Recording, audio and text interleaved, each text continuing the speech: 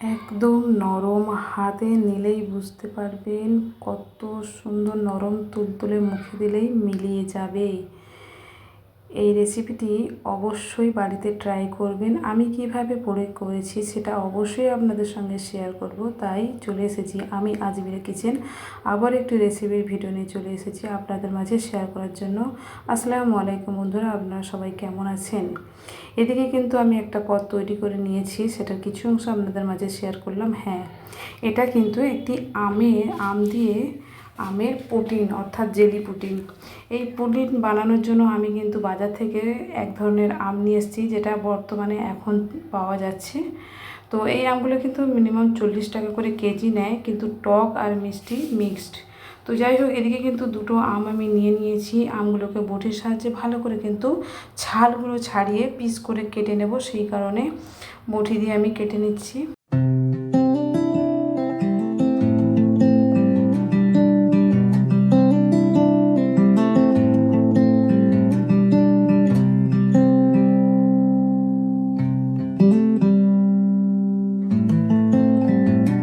যেসব আপু এবং ভাইরা আমার চ্যানেল নতুন, অবশ্যই চ্যানেলটিকে সাবস্ক্রাইব করে পাশে থাকা বেল বাটনটি অন করে রাখবেন। নতুন ভিডিও আপলোড দেওয়ার সাথে সাথে তার নোটিফিকেশন পেয়ে যাবেন, আর সময় সুযোগ করে ভিডিওগুলি দেখে নিতে পারবেন।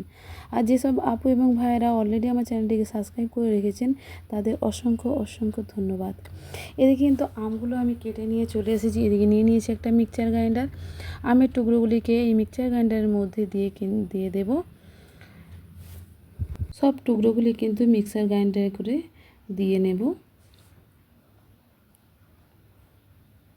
তো সবগুলি আমার দেওয়া হয়ে গিয়েছে। এই পর্যায়ে কিন্তু আমি এর মধ্যে দিয়ে দেব চিনি, দিয়ে দেবো সামান্য লবণ স্বাদ অনুযায়ী। চিনিটা কিন্তু পরিমাণ বুঝেই দেবেন, যতটা মিষ্টি পরিমাণ রাখবেন সেভাবে অ্যাড করে দেবেন।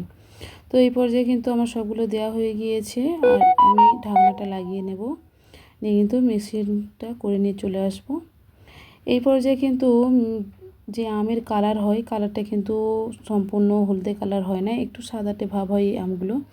এই পর্যায়ে কিন্তু আমি একটু ফুড কালার অ্যাড করে দেব, দিয়ে কিন্তু মিক্সিতেই ঘুরিয়ে নেব, তাহলে কিন্তু কালারটা পুরোটাই চলে আসবে। তো এদিকে মিক্সিতে ঘুরিয়ে চলে এসে দেখেন একদম আমের যে কালার হয় সম্পূর্ণ সেই কালারই চলে এসেছে। তো এই পর্যায়ে কিন্তু আমি এটাকে ঢেলে নেব। তার জন্য নিয়ে নিয়েছি একটা কড়াইতে কিন্তু পুরো পিউরিটাই আমি ঢেলে নিচ্ছি। তো এর মধ্যে কিন্তু এবার আমি আসলে একটা জিনিস অ্যাড করব। এই যে দেখতে পাচ্ছেন আগার আগার পাউডার, এটা কিন্তু যে কোনো অনলাইনে পেয়ে যাবেন। এটাকে আমি 1.5 চামচ ইউজ করেছি। ভিডিওটা কিন্তু আমি ডিলিট করে ফেলেছি, যে কারণে আমি দিতে পারলাম না। আমি 1.5 চামচ ইউজ করেছি। যে চামচে আপনারা ছোট যে টেবিল চামচ হয় তার 1.5 চামচ দেবেন।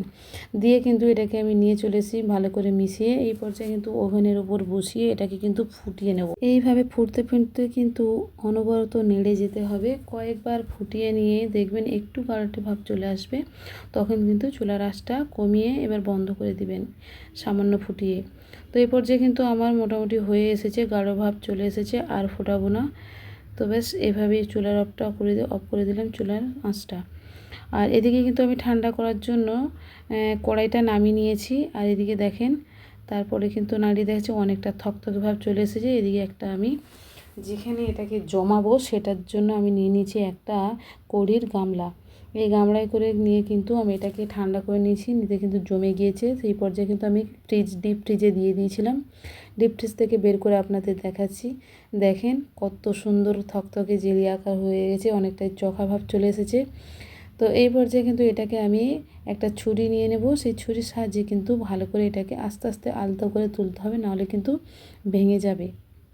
আর যেহেতু এটা মানে থপথপে জেলি এবং নরম, কিন্তু এটাকে সাবধানের সঙ্গে তুলতে হবে। তো এই পর্যায়ে কিন্তু আমি এটাকে তুলে নেব। হাত দিয়ে একটু দেখাচ্ছি এর অবস্থাটা কেমন। দেখেন ফ্রিজে দেওয়ার পরে কিন্তু একটু পানি ভাব চলে এসেছে, কিন্তু এটা অ্যাকচুয়ালি ফ্রিজে দেওয়ার পরে যখন বাইরে বের করি তখন যে কোনো জিনিস একটু পানি পানি ভাব হয়ে যায়। তো এবার যে কিন্তু আমি ছুরিটা নিয়ে এটাকে ভালো করে কিন্তু আস্তে আস্তে করে তুলে নিতে হবে। দেখেন কত সুন্দরভাবে জেলির মতো উঠে আসছে, দেখেন ওয়াও। এই যেখানে তুলতে গিয়ে না একটু ভেঙে গিয়েছে ছুরিটা ঘোরাতে গিয়ে। তো যাক, এটা কোনো ব্যাপার নেই, আমি তো এটাকে কাটবো তাই।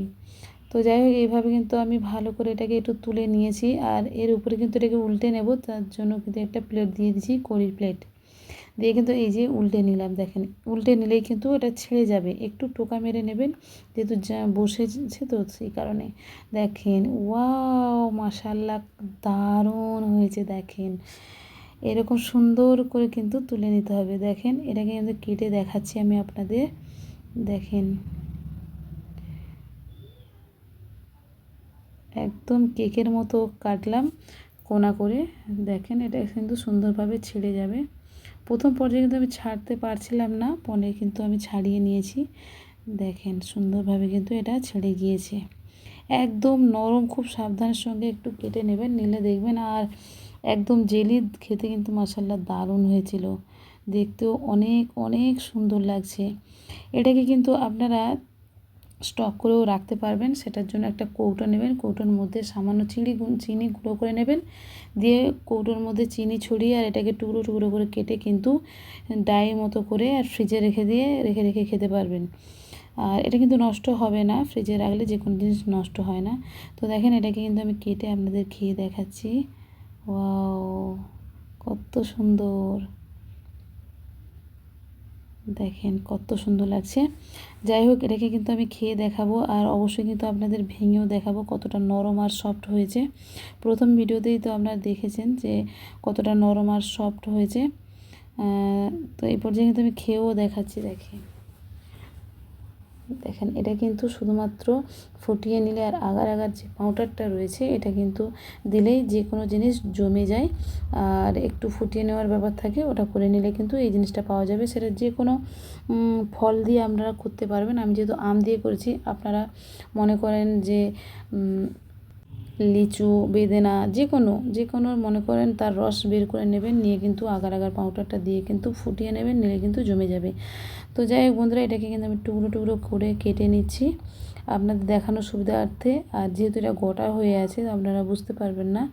তো এই পর্যায়ে কিন্তু আমি ছোটো টুকরো টুকরো করে কেটে নিয়ে সফট আপনাদের দেখিয়ে দিয়েছি। ভিডিওটি কেমন লাগলো অবশ্যই বন্ধুরা কমেন্ট করে জানাবেন। আর আপনাদের একটা কমেন্ট আমাদেরকে পুরো ভিডিও করতে মোটিভেট করে। আর সবাই কিন্তু ভালো থাকবেন। আজকের এই পর্যন্ত। আজমিরা কিচেন। আল্লাহ হাফেজ। আসসালামু আলাইকুম।